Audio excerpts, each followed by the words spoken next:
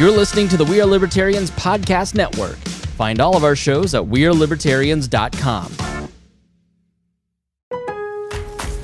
Lowe's knows how to help you get the most out of your store run. That's why members save more with My Lowe's Rewards. Earn points towards My Lowe's money on eligible purchases. Get access to member-only deals and free member gifts. Plus, unlock free standard shipping when you reach Silver Key status. So what are you waiting for? Join for free today.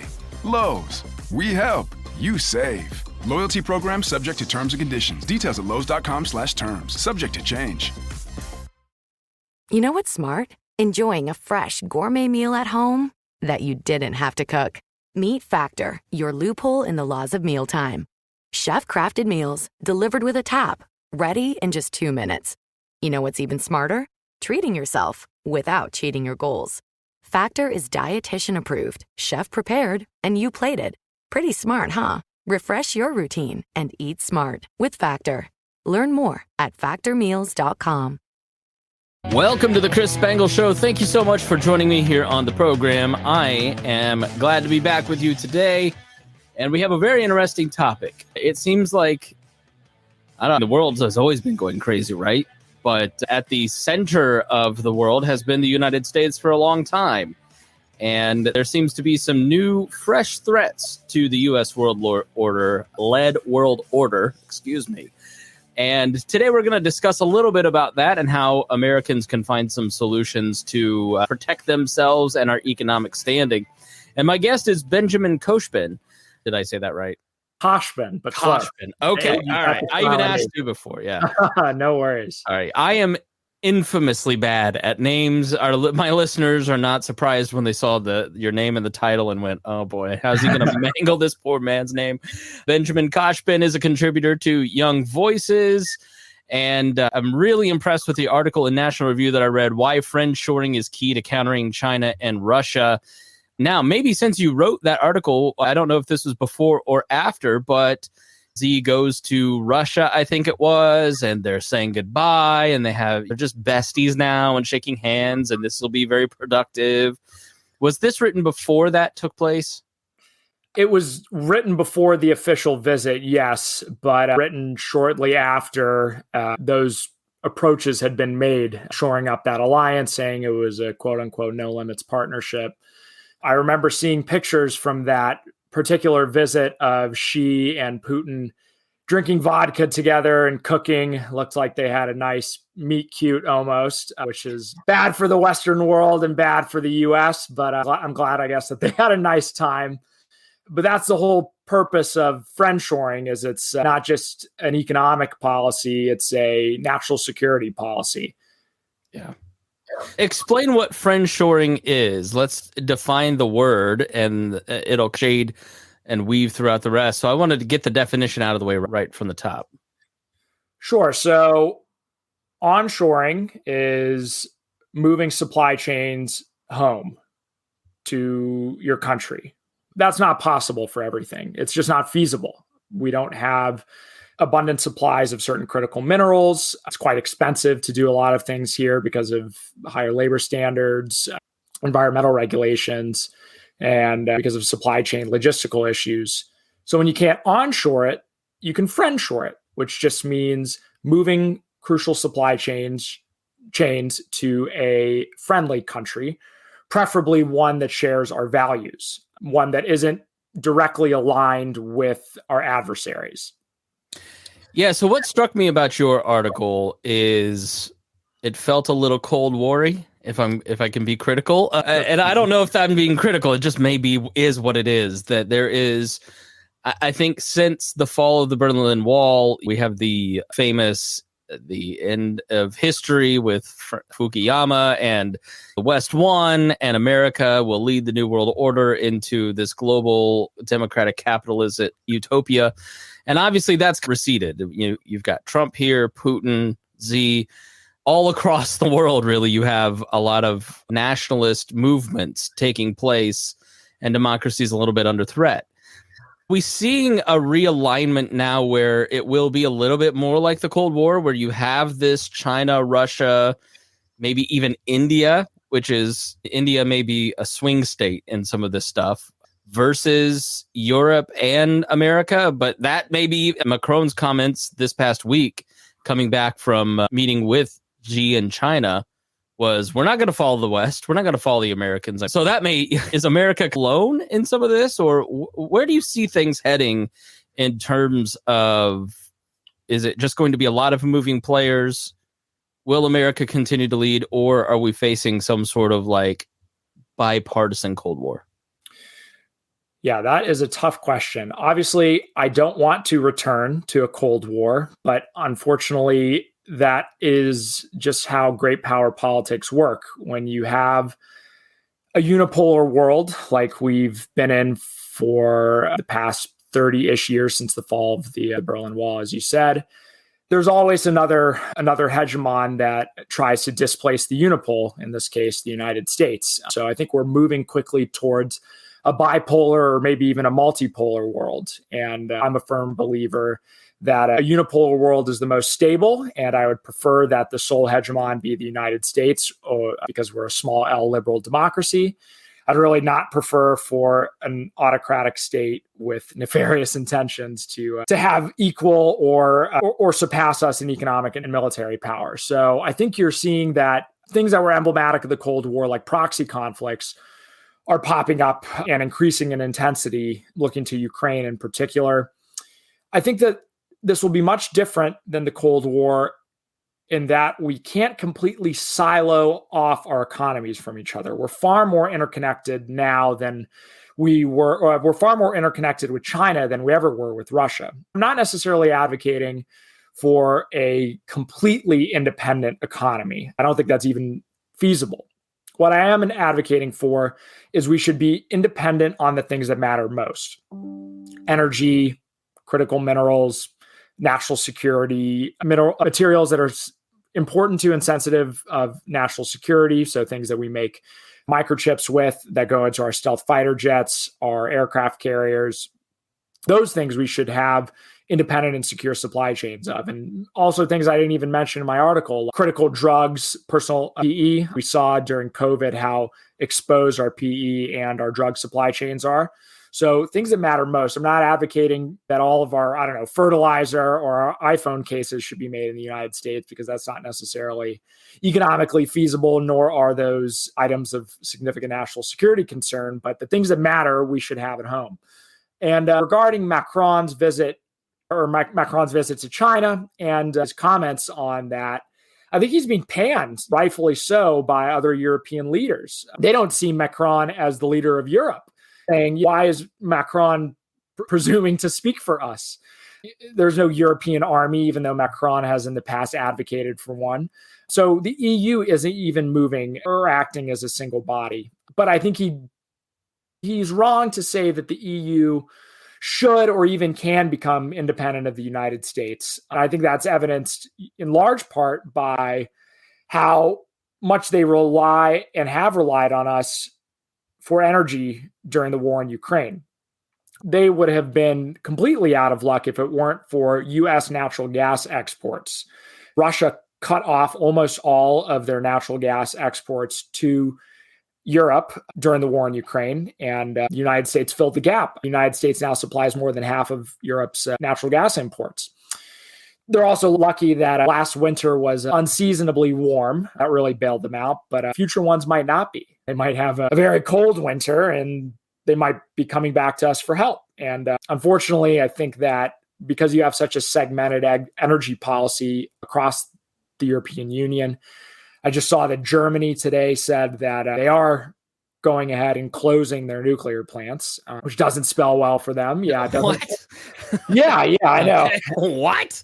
Yes. Did they watch Chernobyl and just get spooked? Because that happened to me. I'm big on nuclear, and then I watched Chernobyl on HBO, and I went, no, no, thank you. But I get the spookiness of Fukushima and 3 Mile Island, and you can have a major catastrophe. But you mentioned in the article some alternatives, because uranium, I was surprised at how much uranium we get from Russia, but there are other alternatives to just massive nuclear power plants.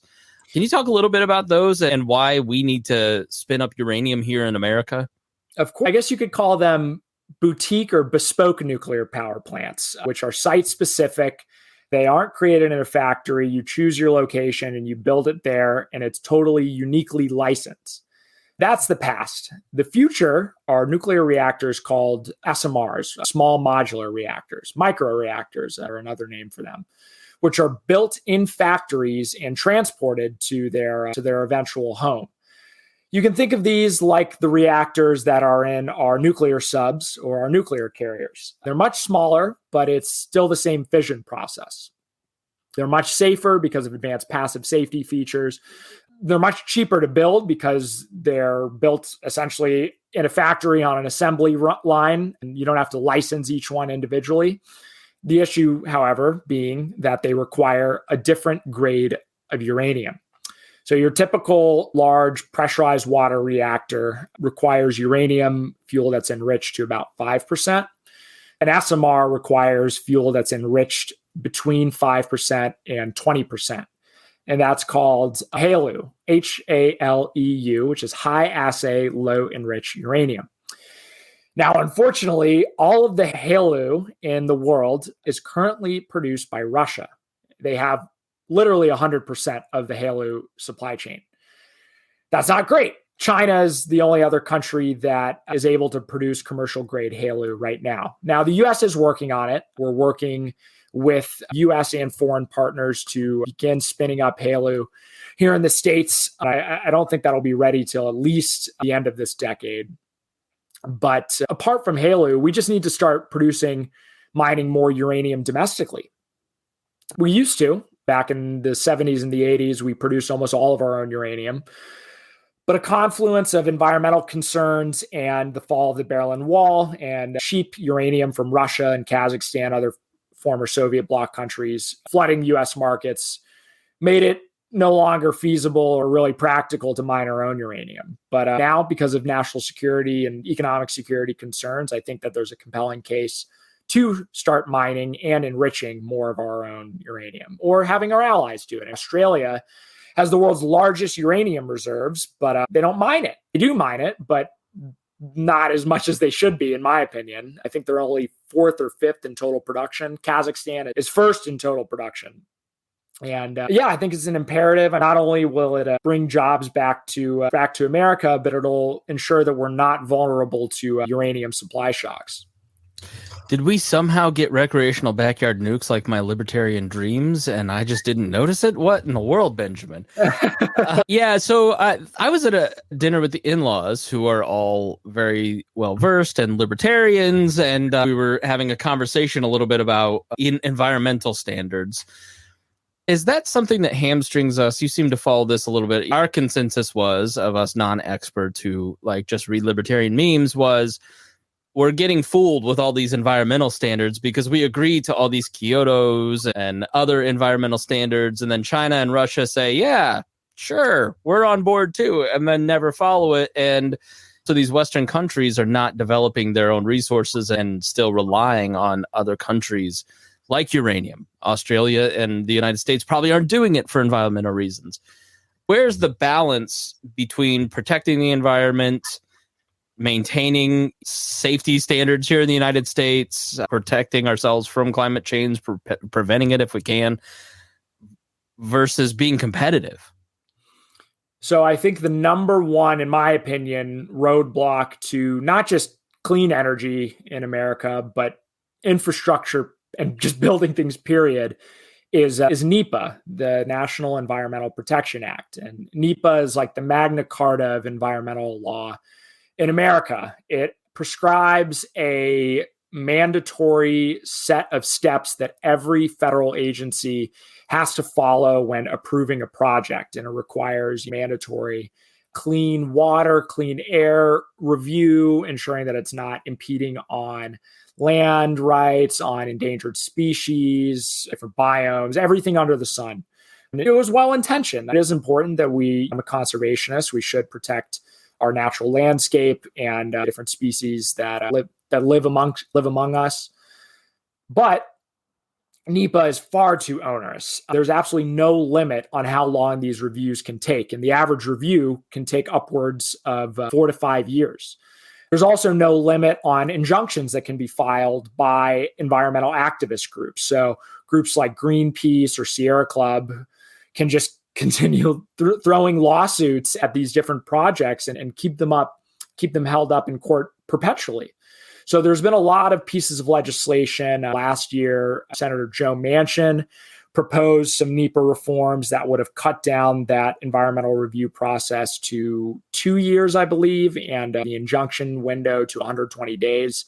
That would be great. It would mean that we're not allowing, whether it's a pipeline or an offshore wind project, to be held up for 5 to 6 years only to get a no.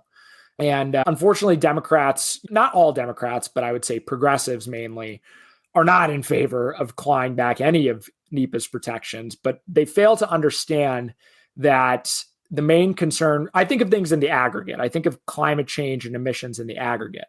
Emissions are the biggest impact. So if you want to lower emissions, you need to build more clean energy.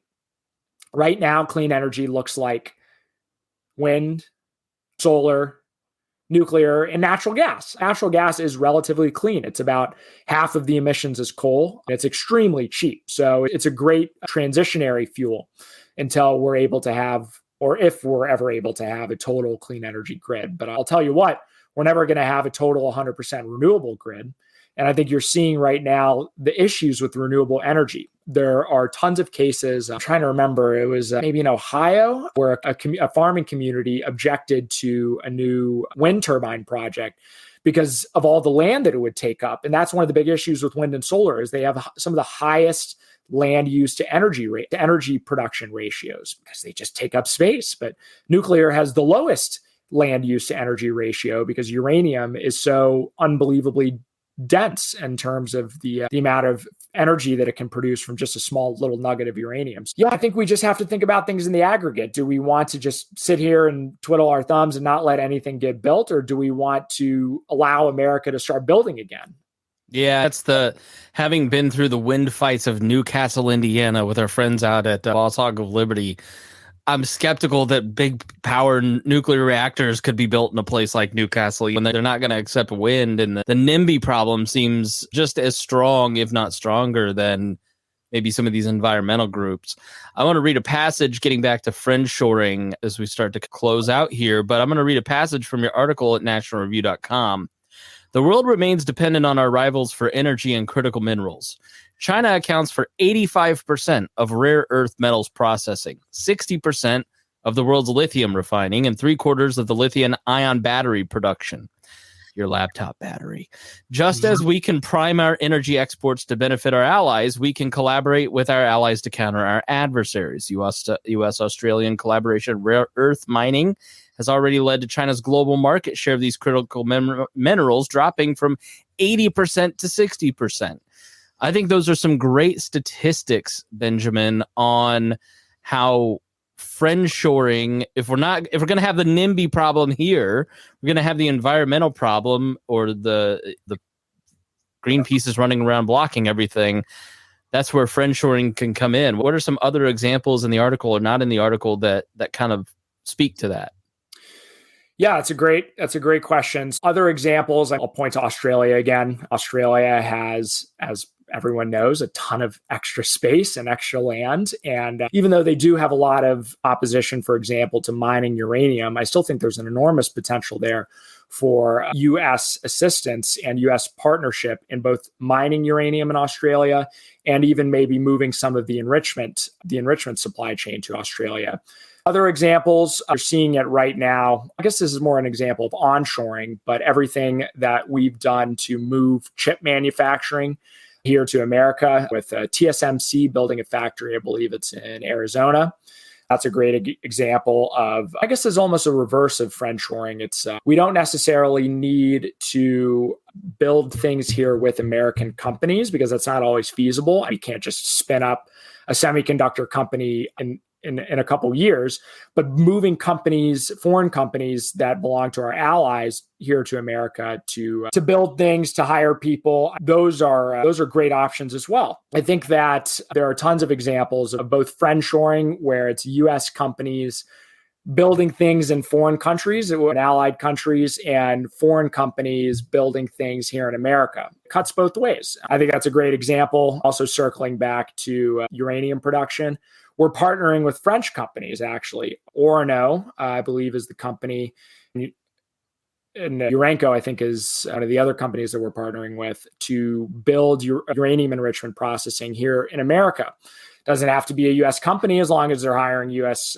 employees and they're based here in the U.S. And that means we have a strong grip on that supply chain. I think I don't want to sound, and you don't think that I am a protectionist by any means. I don't think that the government should or can control every aspect of the market. And I am skeptical of a lot of broad and sweeping industrial policy measures. But I think that this is targeted enough that it's not going to disrupt profits or the economy in any major ways. And I think the way that I think about it is it's a national security imperative. And maybe there will be some price increases in the short term. Everyone, who understands economics can see that. But I think that they'll smooth out over time, and that ultimately that's the price we have to pay to ensure that our supply chains are resistant to supply shocks and that we're able to counter our adversaries as well.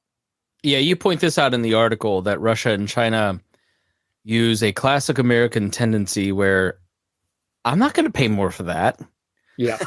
Against us as a weapon. But I think when you look at this, I had a moment during COVID where we all talked about how, 85% or something of our antibiotics are made in China and we don't have those plants here. What happens when you're in a COVID-like situation and then all of a sudden they decide they don't want to ship you any antibiotics? That puts your people at risk, when insulin or some of these very key drugs. I, like you, I'm not a protectionist. I'm a free trader. I'm a Milton Friedman fan. I'm a capitalist. I do think at the same time, it is smart to make sure that you're thinking about your own people, because if you're in a world where it's like tax abatements, right? Newcastle residents don't want to have to give all of this money, but if they don't to what's the chip manufacturer that's building the $1.8 billion chip plant here in Indiana? Kokomo is going to give them a tax abatement, so Jasper will lose out if they don't too. There's some of that where you've got to play ball and think strategically about some of this stuff. Final thoughts on this. Please wrap up with anything that we didn't mention. Sure. So I think a good way to think about this is free trade with free countries. We should be trading openly with our allies, cautiously with unaligned countries, and only when necessary, I guess you could say, with our adversaries. And I'm not saying embargo China, I'm not saying embargo Russia, but we should be conscious of which supply chains are centered where. Should we stop buying all of our electronics or fertilizer or canned goods from China? No, that's not feasible. That's just going to raise prices on American consumers. But should we stop buying the ingredients that go, or the materials that go in our electric vehicles, in crucial parts of our energy grid, in our fighter jets and military hardware? Should those come from China? Should those come from Russia? Probably not. And if, God forbid, things get worse, then we can address those other areas. But I'd like to be on the safe side and make sure that our supply chains of medicine, of PE, of energy, of national security, important materials are safe. So free trade with free countries, and let's be a little bit more cautious about who and what we trade with countries that may not have our best interests at heart. All right, Benjamin, give us your shameless self-promotion. Where can people follow you if they'd like? Hit me with a follow on Twitter at BenKhoshbin. That's BenKhoshbin. Same handle on Instagram. And I tweet about energy, foreign policy, succession, various memes. So give me a follow. You had me at succession and memes. All right. Thanks so much for joining me, Benjamin. I really appreciate it. Yeah, thank you for having me. And thank you, listener, for joining me here on The Chris Spangle Show. We'll see you again next time.